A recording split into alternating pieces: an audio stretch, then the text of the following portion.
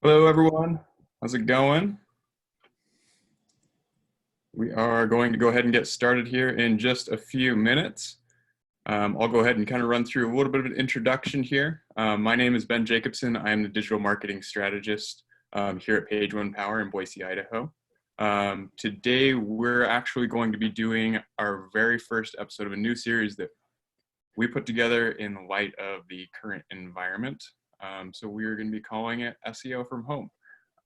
With this, our goal is to bring the industry together for some interesting and hopefully helpful content. As we're all kind of working from home for the foreseeable future, we're going to try to keep putting these out weekly. So we hope you guys will join us for future episodes. For example, next week, we're actually going to be talking with Charles Taylor, and we hope you guys will join us for that. But for today, we have our very own Michael Johnson. Michael's been in the SEO industry for over 7 years. He's developed hundreds of SEO campaigns and strategies for companies of all sizes, ranging from mom and pop shops to Fortune 500 brands. As a manager at Page One Power, he works with prospective clients to ensure goals, expectations, beliefs all align before they launch every single campaign. So we're going to go ahead and get started on that. We're going to be recording today's webinar, so it will be available for you guys to watch later in just a few days. Also, we're going to be allowing for questions towards the end. So if you guys have any questions, go ahead and pop them in that Q&A section there, and we'll do our best to get to everyone's questions.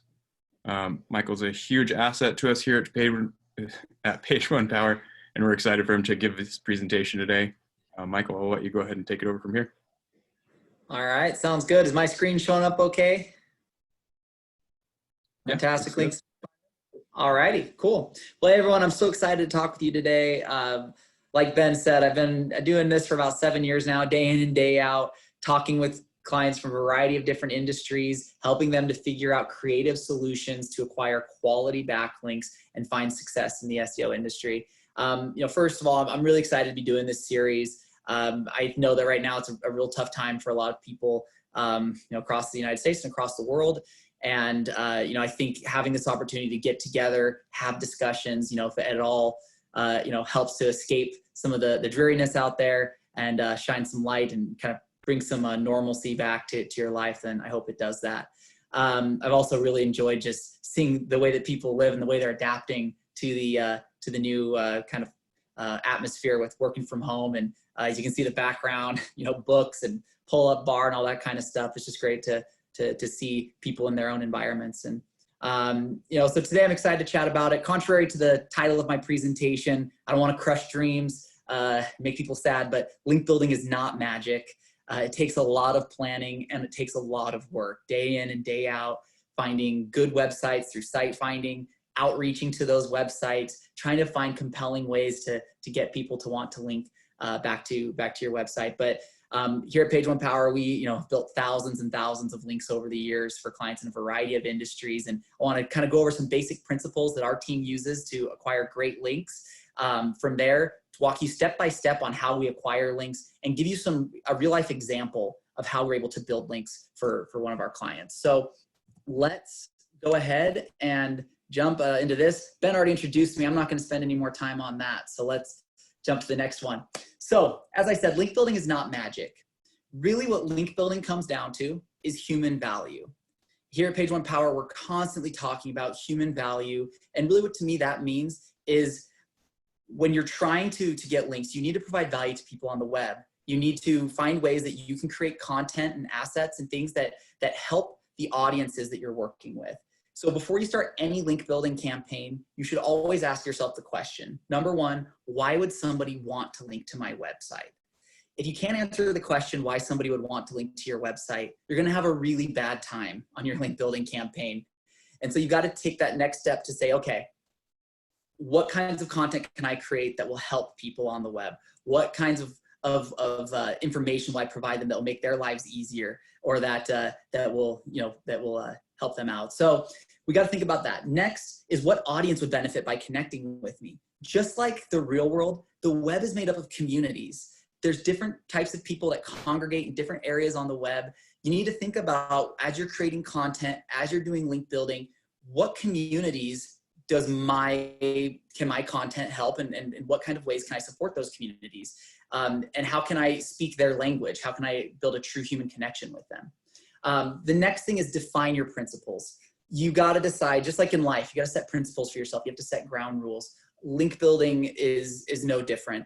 Decide right now, are you going to do things the white hat way? Are you going to really try to earn links? Are you going to avoid taking shortcuts? Here at Page One Power, we've got a very firm belief that that links should be earned based on human value. You do outreach, build a real connection with another human being, and you get them to link to your website because they want to link to your website, not because you're paying them money or because it's a private blog network. We want to really earn those links. So define your principles early on. So the first thing that you're going to want to do when you are building links is answer that question. Why would somebody want to link to my website? And the best way to answer that question is by having great linkable assets on your website. This means, great blog articles, guides, infographics, videos, have good content that provides value to the audiences that you're trying to connect with. Your links will only be as good as your content. You have no idea how many clients I talk to on a day-to-day basis that are saying, hey, can you get me links on Forbes? Can you get me links on Huffington Post? And all they have are product pages or those kinds of things. Number one, you'll just never get those links a lot of the time. But number two, why would they link to you? The next thing is to remember is that sites don't link, people link. If there's one phrase that you can remember today, remember that phrase, that sites don't link, people link. Behind every website, behind every page on a website, there's a real human being with their own motives, with their own audiences that they care about, that they want to provide value to. You need to think about, how do I communicate to that person? Not just, can I get this site to link to me, but this person who is behind this page, what do they care about? And how can I speak to that? The next one, if you're hoping to point links to product pages or other pages that provide low value to audiences on the site you're targeting, again, you're going to have a bad time. If you're trying to build out a campaign to get links to your page that sells, little gadgets and gizmos, it's not going to work so well. So you got to find better, more valuable pages to try to build links to. From there, great linkable assets are audience focused and provide informational and educational value. Your linkable assets should not be promotional. So again, audiences, communities, think about those kinds of things as you're building out your linkable assets. So a great example of how we did this for a client was, we had a client in the EDU space, and they wanted us to try to help them promote their different degree programs and things like that. So what we did was we identified an audience that was relevant to them, college students. We found that there were tons of resource pages on different education websites and other websites that were dedicated to students. And then from there, we solved a problem for that audience. We said, what is something that students struggle with? Students are always stressed. They're worried about their next final. They're worried about their relationships. They're worried about money. There's all kinds of things that students are stressed about. So let's create a guide for them that helps them to cope with stress, gives them information about stress, how to recognize stress. And that's what we did. And so now our client had this great informational, educational piece that their target audience will love. If we approached half the sites that we got links to with this piece with a link to their master's in business, degree programs page, we wouldn't have gotten many links. I definitely wouldn't have gotten the quality of the links that we got with this kind of links. So once you've got your linkable asset and you've created it, again, find an audience, solve a problem for that audience. Next, you want to identify targets to have a link back to, and do a little bit of this target identification during your content creation, right? So make sure to find a few possible target pages that would be associated with the audience that you want to get links from, so that you kind of know the opportunities there before you write a whole piece about that topic. So first and foremost, designate criteria that are important to you and the goals of your link building efforts. Once you've designated those, ensure your criteria are reasonable within the scope of your campaign. So here at Page One Power, we usually look at 3 primary things to determine a quality website. Number one is always relevance. Make sure that the site you're reaching out to, there's a logical reason why you want to link from that website. And there's a logical reason why their users would expect to see your link on their site. Next is human value. This means, does the website get traffic? Does it engage an audience? And is the way that you're linking out providing value to that audience, right? So if it's a website, you see them all the time. You see websites that are domain authority 50, domain authority 60, good solid domain authority websites, you look at the traffic's got 5 people on the website. It's pretty easy to see that some of those sites that just exist for SEO purposes and don't provide any real human value. So think about those kinds of things. But then, yeah, again, as you're asking people to link out, if you're not thinking about their users as you're outreaching to them, they're probably not going to want to link to you. So always think about the human value of a link. And then last is authority. I like to think of authority as trust, right? Think about it as, look at the different metrics, look at domain authority, trust flow, citation flow, DR, whatever tool you use, you can use that. But then also look at like the linking neighborhood of the website, right? See that that's not linking out to a lot of spam. Like I've seen so many examples where a client will send me examples of links that they've gotten from other vendors in the past and they've got questions about them. And I can just click one article over and see an article that's like, here's why you should get top car loans in Arizona. And you can immediately see these are not websites that care about the quality of the content on their website. And they're just linking out to anybody that will pay them. So look at those kinds of things on a website to make sure that it's trustworthy. I cannot stress this next point enough. It's something I have to battle day in and day out. Do not get too hung up on domain authority. Domain authority is a third-party metric. It's a good metric. It's great to give you an overall idea of how much weight a site might carry with Google, but it is not Google's metric. It is not how Google actually views a site. It's just to give you a general idea. It's good to have authority as part of your calculation. Do not make it the end-all be-all. You have no idea how many great relevant pages there are on the web that have real audiences, get traffic that are relevant to your website, that have a DA25. And guess what? That's still a great page for you to be on, and they might even have some good page authority on that page. So don't just rule sites out because of domain authority. You're going to miss out on a lot of really good links that would add some really good diversity and different quality signals within your backlink profile. Next, trust your gut. If something seems fishy about a site, dig deeper, look at the linking neighborhood, like I mentioned before, look at the kinds of content that's getting posted there. There are some things that tools can't tell you. So be a human, look at the websites and see what that's telling you. Last, ask yourself the question, in a world without Google, would I still want this link? If the answer is no, then you need to question your intentions behind getting the link. So always think about that as well. If Google didn't exist, would I still be on this site? Would I want to be on this site? So the example for our client that we were building links for with that guide, just going back to that example, we targeted 580 sites for that domain, for that page. The average DA was 42. So again, we're not just like saying, oh, we're only going to target DA 70 sites. No, we really opened up to a variety of different websites because of all the different quality factors that those sites could provide. So among them were 100 .coms, some 239 .gov and .edus, 200 .orgs, 41 others. So a variety of different types of domains from different domain authorities. We're really building out a natural, organic spread of sites that we're trying to get a hold of. The next section is outreach, and outreach is the hardest part, right? You can create a great piece of content. That's all under your control. You can identify targets. That's all under your control. Outreach is where you have to bring another party into the equation. And that's where things get a little bit more chaotic and a little more difficult. It's no longer just about things that you control. It's about another person who's got their own motives and intentions. So first and foremost, send sincere, personalized outreach. You can have a basic template to work out of, but personalize these emails. Try to build a real connection with another human being. Don't just send a really bad template email. These webmasters are getting hundreds of link requests every month. And if you're not standing out, then they're just going to throw it to the side. Number two, don't be too needy. If you sit here and ask someone to link to your website, and then on top of it, you're like, oh, but can I also get exact match anchor text? Oh, can I also get mine above the fold? Or can I get this?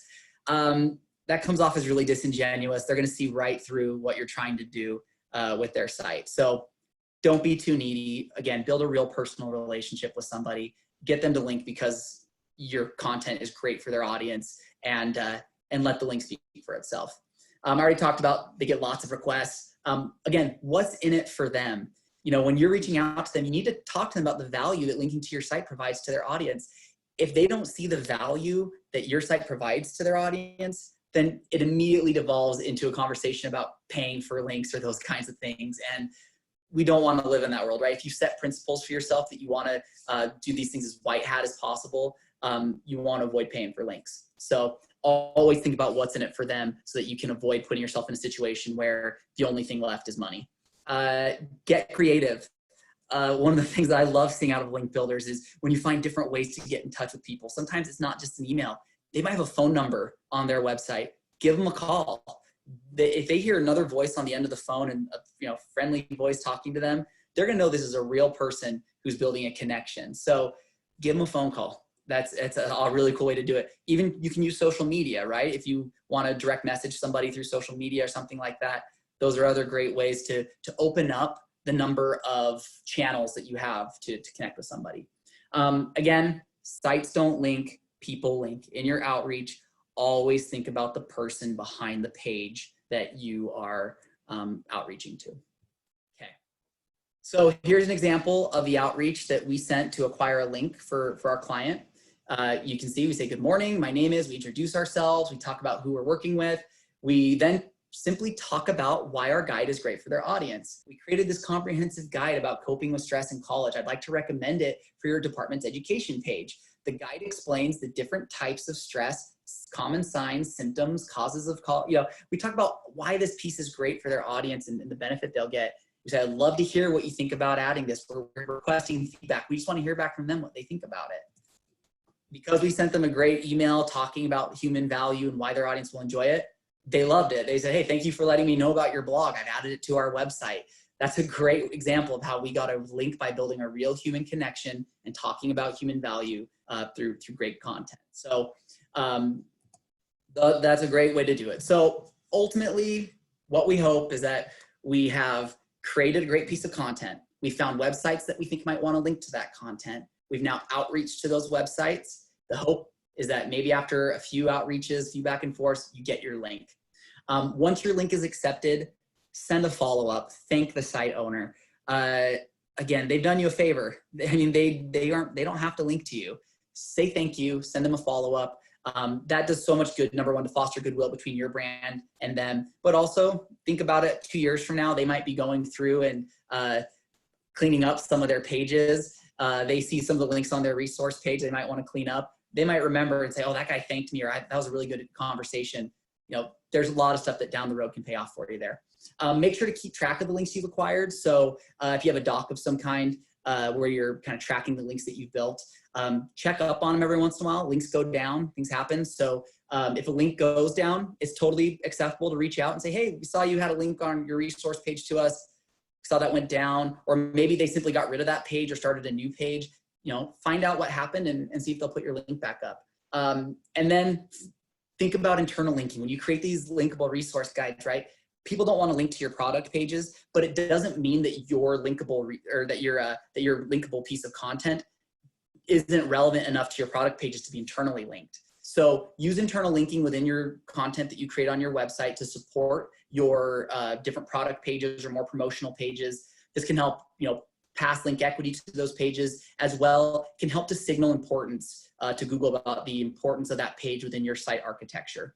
So definitely practice good internal linking within your content on your website. It will only bode well for you. So in the end, we got them a bunch of really cool links. Here's some real examples of links we got. We got them a link from a .gov website about stress management. So talk about really good relevant page. This page is a DA 49. Now, I want you to go back to what I said earlier, why you don't put hard limits on DA.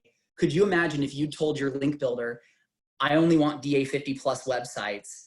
They wouldn't even look at this page. You would miss out on a great .gov link because you told them, I don't care about anything else, just get me this certain domain authority. So that's why I don't set minimums. That's why I'm open to different opportunities based on different quality signals, because there's no doubt that this is a trustworthy site that would be a good link for you to have. From there, .org websites, great relevant websites for undergrads. Look at this. This is a DA 21.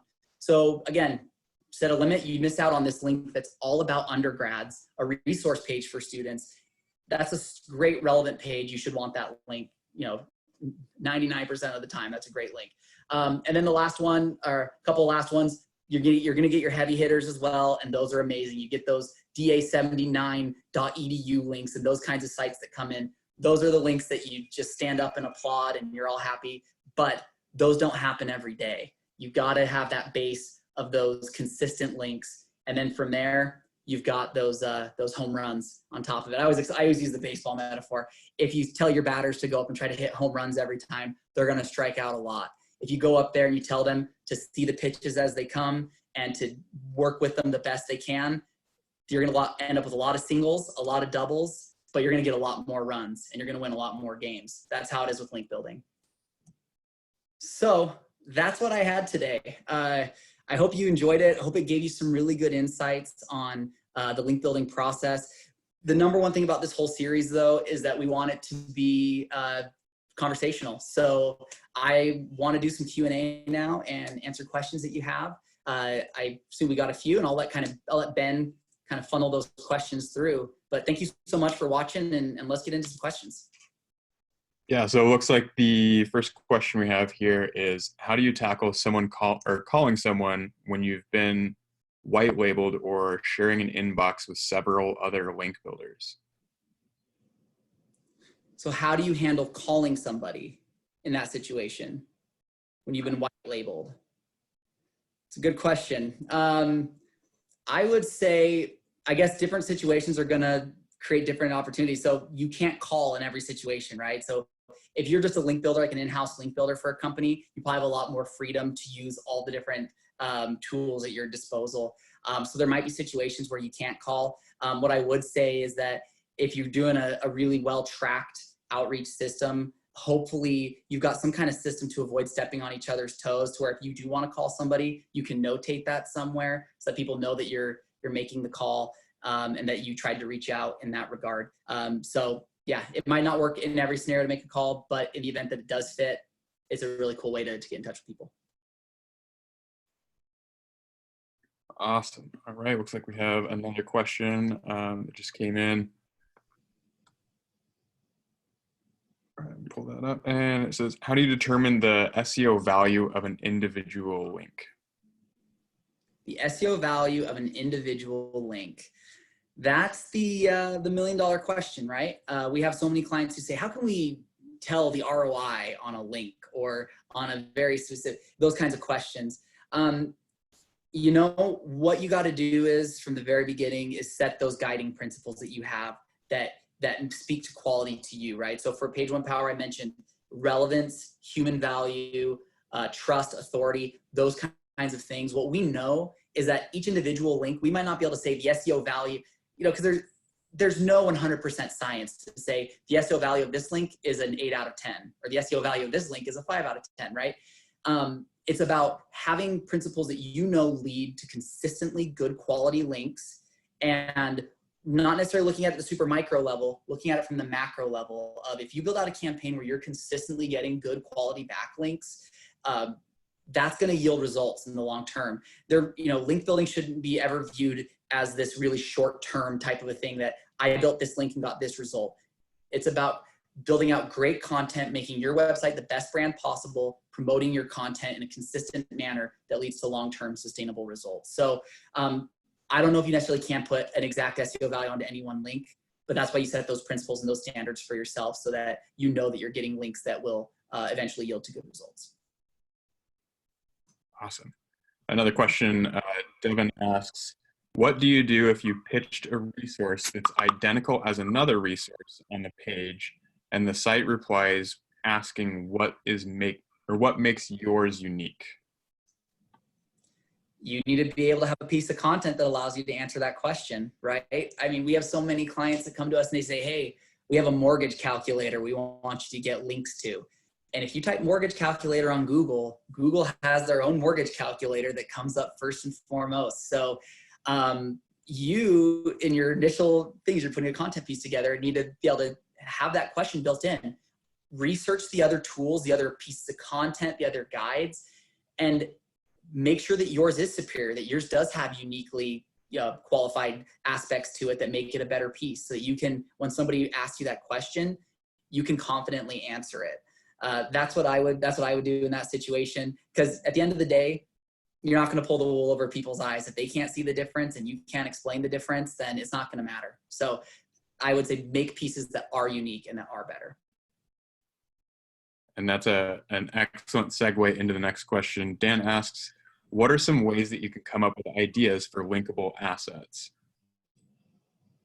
Great question. So how can you come up with ideas for linkable assets? So one of the ways that I would do it, it's kind of revolves back to what I said earlier about thinking about audiences and communities, right? So think about your products, think about your services, then think about who are the audiences that use these, right? If you build out a very generic piece just about your industry or about the products that you do or what they do, and they're not specific to a certain audience, if it's relevant to everybody, it's relevant to nobody. So I would think, so begin to break down different audiences, right? So let's say you are Target, right? So if you are Target and you are wanting to try to find ways to increase sales for, let's say, the dining sets, let's do dining sets, right? So you want to increase rankings for your dining sets. You might then think about, okay, if I write an article about what the best dining set is, no one's going to want to link to that. Instead, let's think about who throws parties and who likes to, like, what kinds of parties you could throw, right? So maybe you could write an article on your website about, throwing a graduation party for your recent college grad. And you've got a great piece that provides a lot of information about how to think about the feelings of your grad, what's coming up in their future, how to make that the best night possible for them. Now you've got a piece that speaks to a very specific audience. Parents that have students that are in college or going to college. You've got this kind of audience now associated with that, and you can make a piece for them that'll speak to that audience. Very easy at that point to, as you're talking about throwing a grad party, mention dining sets and internally link to your dining sets page. So that one was off the top of my head. I'm not a writer, but that was a quick idea of how you could think about that and create that trail. Great.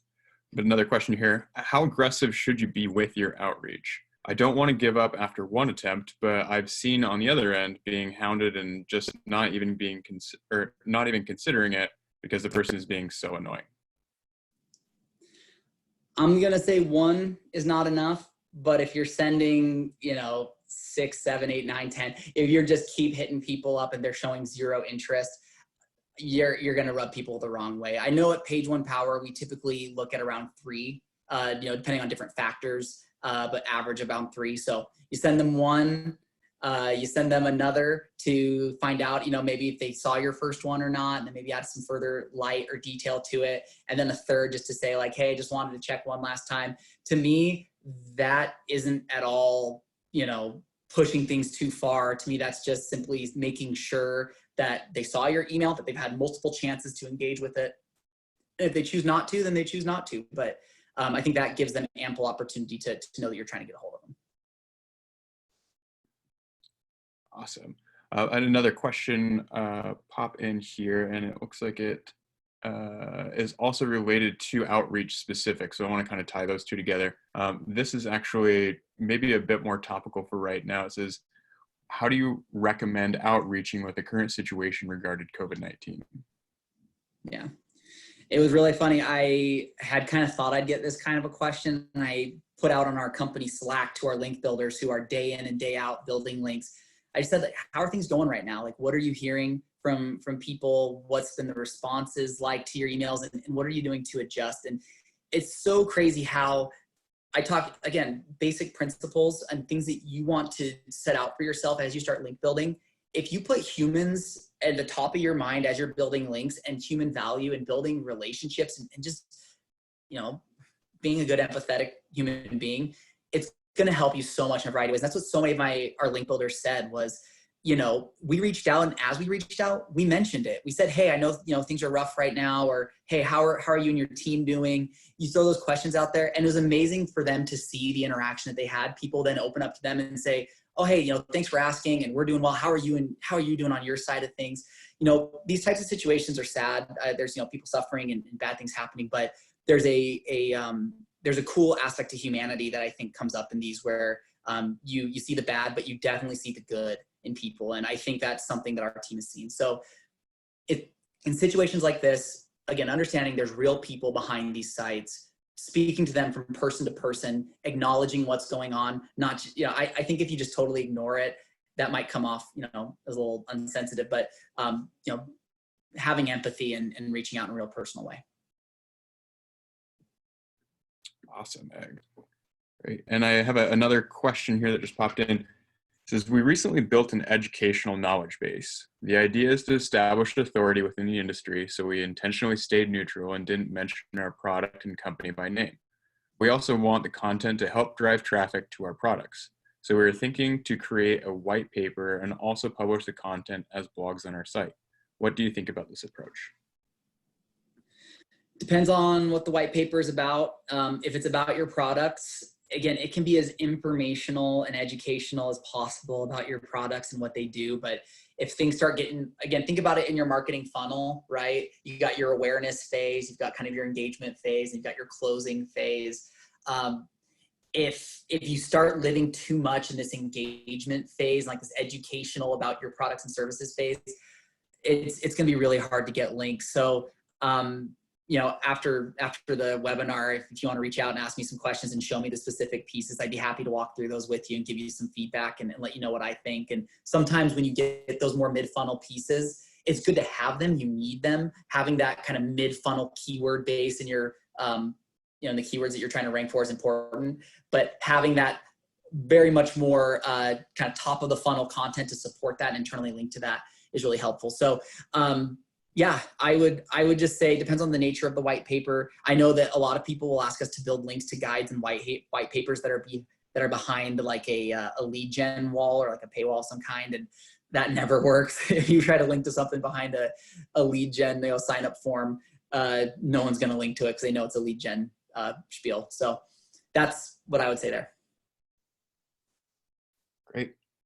Next question is, which is better, a link on a hyper-relevant website or a link on a high-authority website?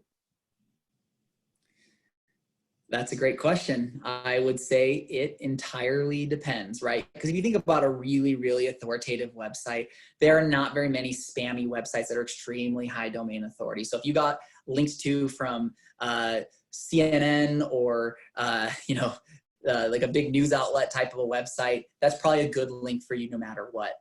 The better question is what kinds of opportunities are going to be more readily available, and how can you build out a more consistent campaign and find more success? If you build out a campaign that you say, I'm only going after super high authority sites, you're going to be extremely limited, and you're just maybe one-off, get a link every once in a while. And that might be cool. That might be great. But why not instead have a balance of different things that you're looking at? And that way, when you get that super relevant opportunity, you can take that super relevant opportunity, because that's still a great link because it has those high relevancy factors that you love. But then also when a big news outlet, you reach out to them and for whatever reason through your PR, they're willing to link to you, you can be just as excited about that because now you're getting a super high authority link from a trustworthy source. That's why I would say never just say it's one or the other. Look at how each website in its own, own situation adds quality to your backlink profile.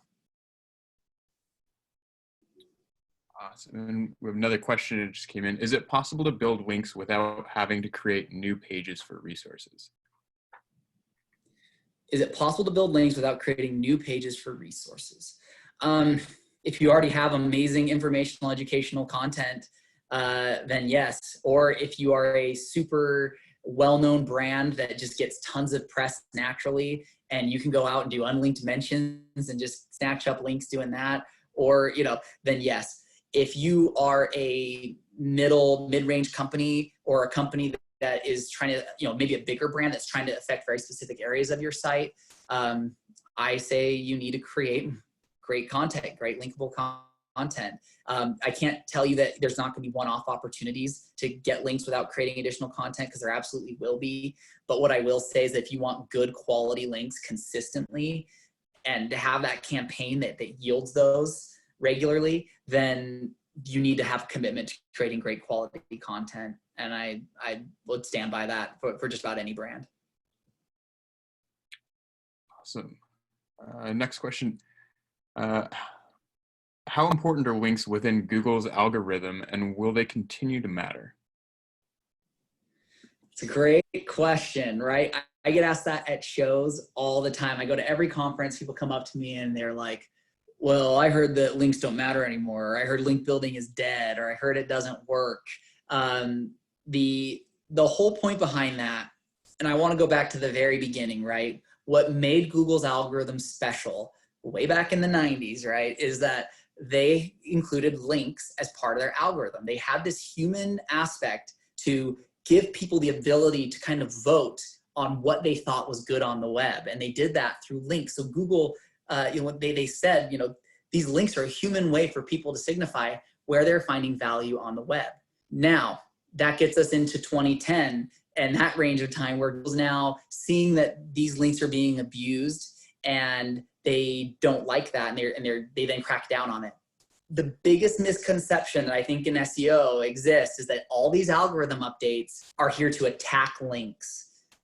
I don't think that's the case. I think Google's trying to protect links. They have had links as the core of their algorithm from the very beginning. They want links to continue to be part of their algorithm. If you remember this, is probably in 2012 or 2013, Matt Cutts mentioned they had run test versions of their algorithm without links. And he said, even with the spam that's out there, links are still a huge way of returning quality search results for us. He's like, our results are better with links in it than without it. So my take is that throughout all these algorithm updates and penalizing and all this, it's not to attack links, it's to protect links and to allow links to still be a real human indicator for where value is on the web. And that's why human value is the core of what we do when we build links, is because if you build links with humans in mind, you are serving that initial purpose behind why Google put links as part of their algorithm. So yes, links matter. I think they're going to continue to matter. Google wouldn't spend all this time protecting links if they didn't want them to be part of what they do. Great. And next question says, how do you improve search visibility to converting pages if nobody wants to link to them? Great question. So that's where I think internal linking is going to play a big role in helping you to help those pages succeed.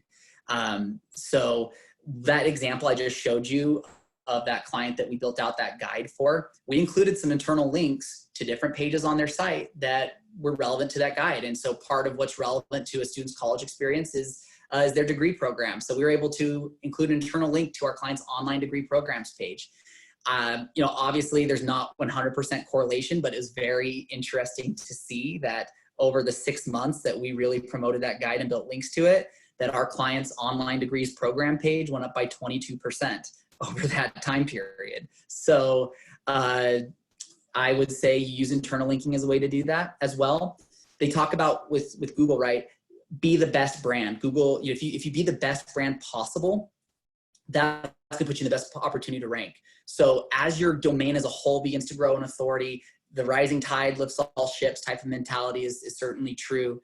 And you'll hopefully see increases across a variety of pages, including your product pages. So use internal linking from your linkable assets to help your product pages. Also, as you continue to be a better brand by being more authoritative in your space, increasing the topical authority of your website through your content, Google's going to trust your website more across the board and be much more likely to rank you. Awesome. I think that is all the questions that we have so far. We are kind of drawn to the close of those. If you guys do have more questions, definitely pop those in. We'll hang out for just a few more minutes while you guys are able to ask those. Yeah, happy to hang out for another minute or two here and do that.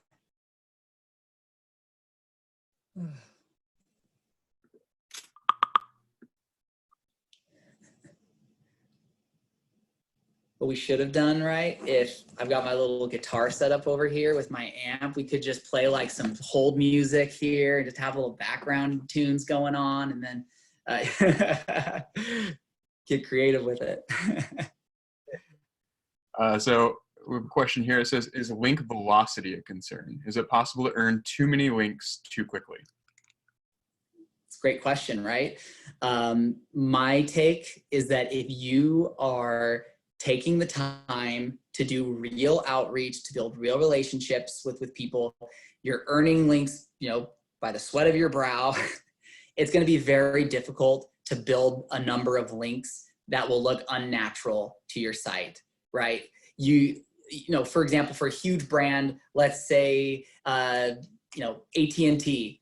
If AT&T gets 1,000 links in a month, nobody will bat an eye at that. And guess what? They probably have the resources to pay people to build them 1,000 links a month, but that'll look natural because their resources probably align with the size of their business, and the links that those resources get will also align with the size of their business. Now, if you are an attorney in Alpharetta, Georgia, and you want to rank for personal injury attorney Alpharetta, and you get 50 backlinks to your personal injury attorney page, number one, I cannot think of a single truly organic strategy that would get that for you.